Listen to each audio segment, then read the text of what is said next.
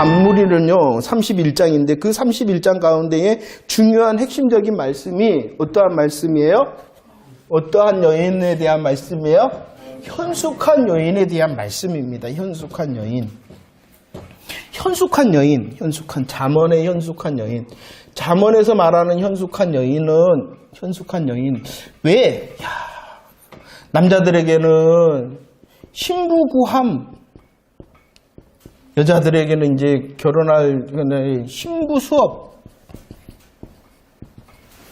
잘해라 이렇게 교훈하는 게 아니다. 현숙한 여인에 대하여 설명해요. 현숙한 여인은 이런 사람이다. 그러면은 이 말씀을 문자대로 생각한다면 현숙한 여인, 부모님 같은 경우에는 며느리를 어떠한 며느리가 되도록 구해 신부구함, 현숙한 신부구함에 대한 말씀인가? 아니면은 이제 우리 현진이처럼 이제 시집을 가야 된다 그러면 내가 현숙한 여인이 된 신부 수업을 잘해야 되겠구나, 이렇게 신부 수업을 하면 되겠구나라는 말씀이 먼저는 아니다.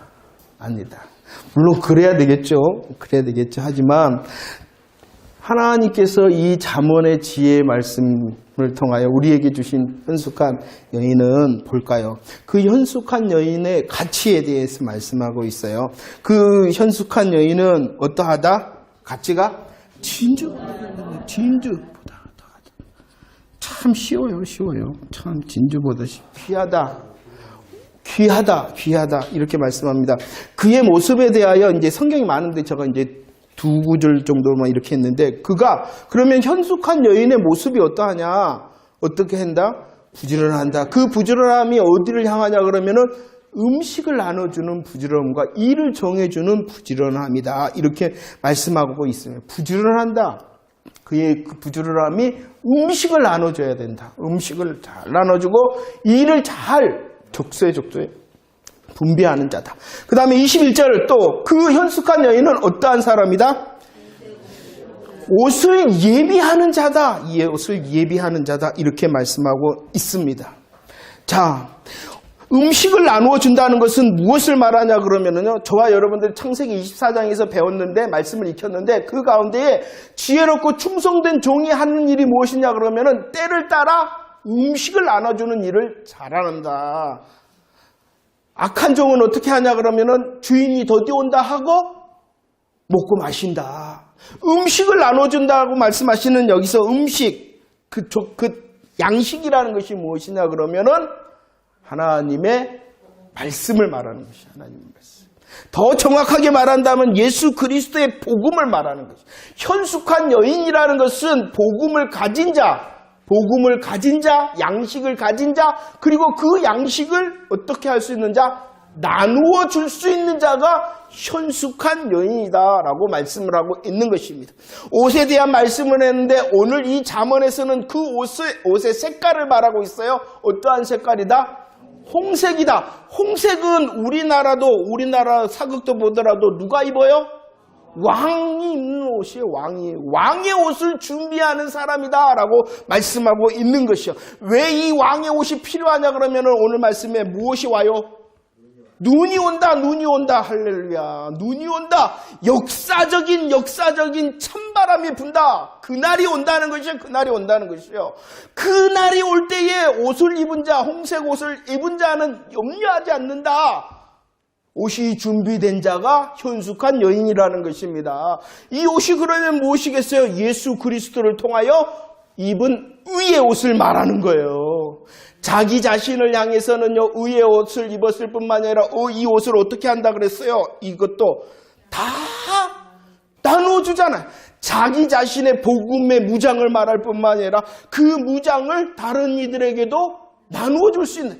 양식도 마찬가지잖아. 양식을 자기가 가지고 있음을 알고 자기가 먼저 배부를 뿐만 아니라 그것을 때를 따라서 다른 사람들에게 나누어 주는 자가 현숙한 여인일 뿐만 아니라 그 자신이 먼저 홍색 옷을 입었으며 그 홍색 옷을 준비하는 자. 눈이 오기 때문이라는 것이 눈이 오기 때문에. 다 복음의 누림과 복음의 나눔을 말하는 거예요. 이 사람이 어떠한 사람이다? 현숙한 여자다. 왜 그러냐? 고린도후서 11장 2절. 지혜의 촛대를 받은 저와 여러분들이 누구이기 때문에 그리스도가 누구예요? 오늘 말씀에 남편. 그리고 그 남편에게 드려질 저와 여러분들은 정결한 처녀 신부이다라고 말씀하고 있는 거예요. 신약에서 이걸 성경을 해서 현숙한 여인의 삶을 살아라라고 말씀하고. 그러면 현숙한 여인이 뭐냐? 신랑 대신 예수 그리스도를 기다리는 신부를 말하는 것이야. 신부 맞느냐? 이 삶의 모습이라 삶의 열매라 그래. 저와 여러분들이 하나님께서 하나님의 어린 양의 혼인 잔치를 준비해 놓으셨죠. 어린 양의 혼인 잔치. 신랑은 예수님이시고 신부는 후전하죠. 예수님의 신부. 그 정체성을 알고 이제 저와 여러분들을 향하여 열매를 원하시는 거예요. 어떤 여인의 열매를 원하여? 현숙한 여인으로서 신랑을 준비 잘하고 있느냐는 것이. 이 준비는 내 개인의 복음의 풍성함만 누리는 것이 아니라 다른 이들을 향하여서도 준비해주고 나눠주는 역할 잘 감당하고 있느냐, 이렇게 우리에게 질문하고 있어요. 말씀 한번 정리해 볼까요? 여호와를 경외하라고 지혜로 우리를 부르셔서 의인과 생명의 길로 가게 하셨잖아요. 우리들이 우는 사자의 소리를 듣고 어머나 하며 넘어질 수도 있어요. 그러나 다시 일어나 근신하고 깨어있는 열매의 자리로 다시 갈 수가 있어야 됩니다. 왜냐 그러면은요, 여전히 우리를 붙드시는 예수 그리스도 때문입니다. 이제 일어나서 오늘 말씀처럼 그 식초와 같이 연기와 같이 하나님을 향하여 이웃을 향하여 아프게 하거나 해롭게 하는 것이 아니라 하나님의 영광을 가리는 것이 아니라 여름에 시원한 여름 냉수처럼 하나님을 시원케 하고 또 이웃을 시원케 하는 자. 그러기 위해서는 현숙한 여인처럼 신랑 대신 예수 그리스도를 기다리는 자잖아요. 신랑 대신 예수 그리스도를 기다리는 자잖아요. 내가 먼저 복음의 양식으로 배부르고 내가 먼저 주의 이름으로 입은 홍색 옷이 정말로 예비된 자로서 나뿐만이 아니라 다른 사람에게도 이 예수님의 기쁨을 전해주고 전달할 수 있는 복음의 삶을 살아라라는 것이 잠언의 말씀인 것입니다. 할렐루야. 지혜와 지식의 모든 보화 되신 그리스도를 정말로 사랑하는 사람 되어지기를 축원합니다. 그 지혜와 지식 모든 보화 되신 그리스도를 더 간절히 찾아 만나는, 오늘도 내일도 만나는 기쁨의 사람 되어지기를 축원합니다. 혹시 우리의 연약함으로 넘어져 있더라도 다시 일어나서 지혜를 구하는 자 되어지기를 축원합니다. 그 복음의 행복이 내게만 머물러 있는 것이 아니라 많은 사람들에게 흘러보낼 수 있는 현숙한 여인도 되어지기를 축원합니다. 오직 예수 그리스도를 부를 때입니다. 예수 그리스도로 감사하며 감격할 때라는 것을 잊지 마시기를 바랍니다. 자, 전도서 1장 1절 말씀 우리 고백하고 함께 은혜 나누도록 하겠습니다. 시작. 다윗의 아들 예루살렘의 왕 전도자의 말씀이라 라고 말합니다. 전도서 1장 1절의 시작은 우리에게 성령님께서 성경을 기록하셨죠. 성령님께서 기록하셨느나 전도서는 그 성령님께서 역사하심으로 누구를 저자로 사용하셨는가에 대하여 우리에게 분명히 말씀해주고 있습니다. 전도서 1장 1절을 통하여 이 전도서의 저자, 기록한 사람을 우리들은 알 수가 있는데, 첫 번째 그가 누구냐 그러면요, 그는 누구다고요? 다윗의 아들일 뿐만이 아니라 또 예루살렘의 왕이다라고 말합니다. 전도서 누가 기록하였느냐? 다윗의 아들이었으며 예루살렘의 왕이 기록하였다. 그가 누구입니까? 솔로몬이죠. 그가 누구라고요? 솔로몬입니다. 이 전도서는 솔로몬을 통하여 성령님께서 기록하게 하셨다라고 말씀합니다. 그런데 성경은 말씀합니다. 이 다윗의 아들 예루살렘의 왕은 어떠한 사람이냐? 특별히 역대하 1장 12절 말씀에게 에서 하나님께서 그에게 허락하신 것이 있다. 무엇을 허락하셨냐 그러면은요, 무엇을 허락하셨어요? 지혜와 지식을 허락하셨다라고 말합니다. 또 무엇을 허락하셨어요? 그에게 부와 재물을 허락하셨다. 그럴 뿐만이 아니라 그 솔로몬에게 또 무엇을 허락하셨어요?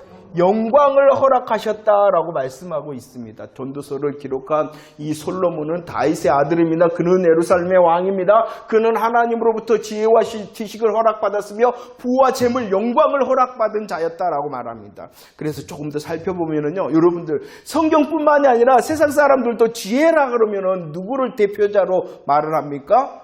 솔로몬이죠. 이 솔로몬은 지혜의 대명사입니다. 그런데 이 지혜에 대하여 열왕기상 4장 32절의 말씀에는 그는 잠언을 3000가지를 말했고 그는 노래를 1005편이나 지었다라고 말하고 있습니다. 많은 것을 알았고 많은 것을 연구하였고 많은 것을 살필 수 있는 지혜와 지식의 사람이 누구였다는 것입니까? 솔로몬이었다. 그에는 부와 재물을 가졌다라고 말합니다. 역대하 1장 15절 말씀에 보면은 어느 정도였냐 그러면은 이 개인적으로 솔로몬뿐만이 아니라 에루살렘에 많았답니다. 무엇이 말했느냐? 성경 표현대로 하면은 에루살렘에 은과 금이 돌처럼 많았다. 돌처럼 흔했다. 라고 말합니다. 그 정도로 이 다윗이 통치하는 그 예루살렘 자체가 부와 재물의 장소였고 그 부와 재물의 장소를 다스리는 이 솔로몬이 부와 재물의 사람이었다라는 것을 강조하고 있다는 것입니다. 오늘 말씀하지 않습니까? 그의 영광과 그의 권세가 뭡니까? 예루살렘의 왕이었다라고 말합니다. 그뿐만이 아니라 열왕기상 이 11장 3절에 그의 후궁이 700명이었고 그의 첩이 300명이었다. 수많은 여자들이었다. 그러면은 적어도 이 솔로몬의 와이프는 몇 명인지 아십니까? 아니죠. 후궁이 700, 첩이 300. 누가 있어요? 그렇죠. 그러니까 1000명이 1001명이죠. 숫자적으로 말하면. 그런데 이것은 단순히 여자가 많았다는 것이 아니에요.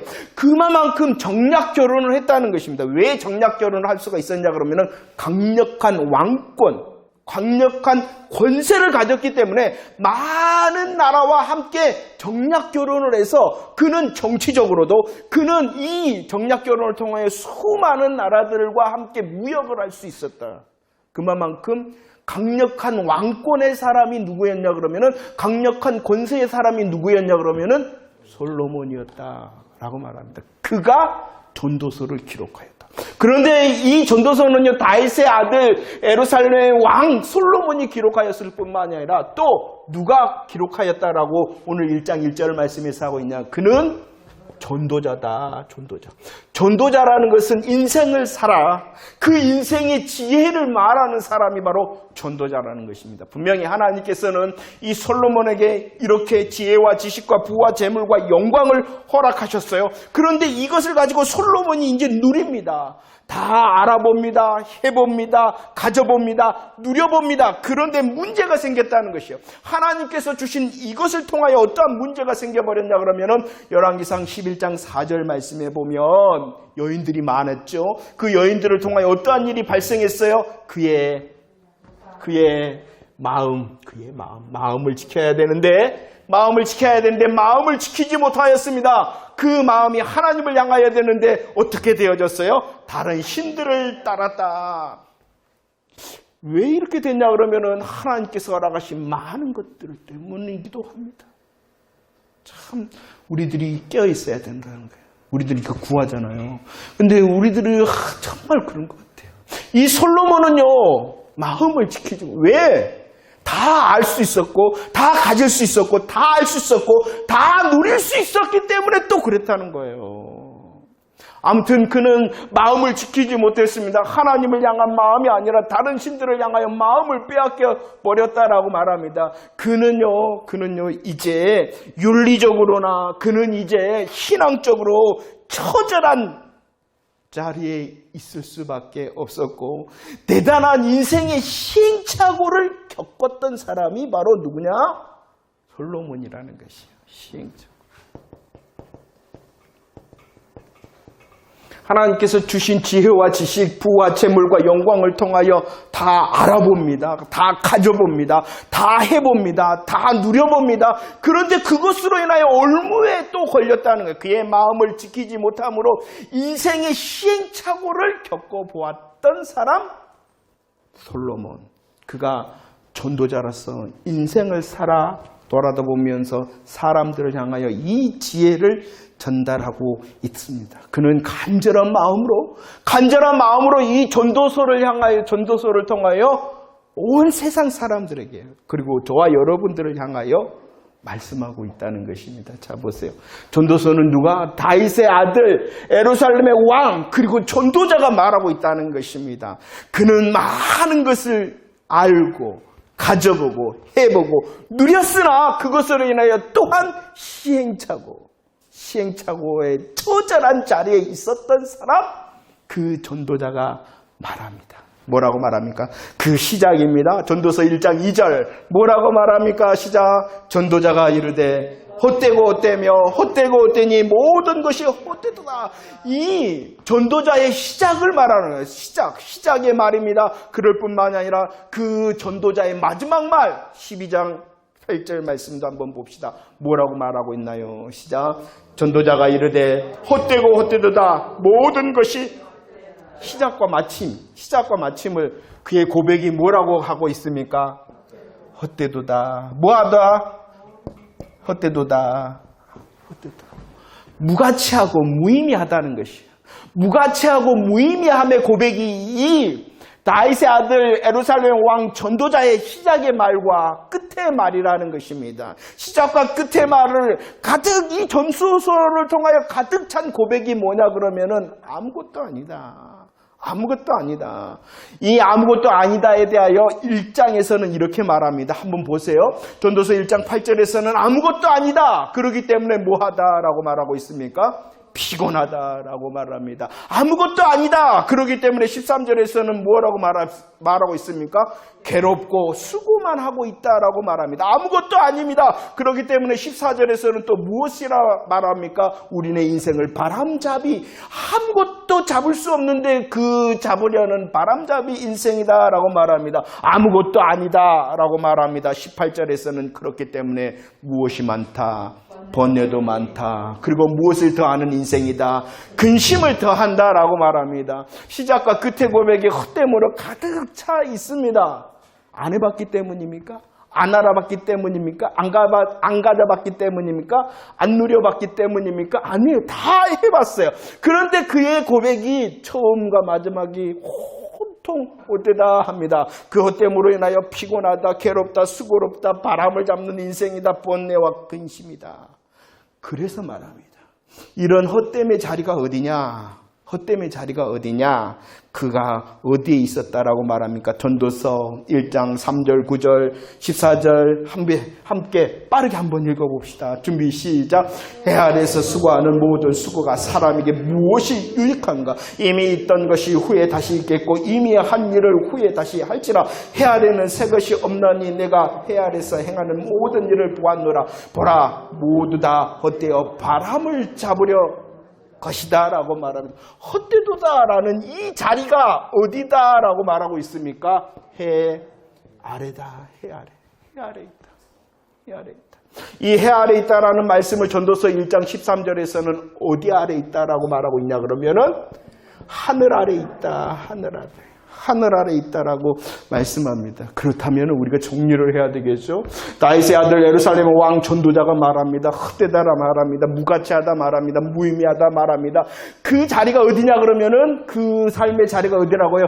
해 아래, 하늘 아래 있다라고 말합니다. 그러면 헛되도다, 해 아래 있다, 하늘 아래 있다라는 것을 한마디로 말하면 어떠한 사람일까요?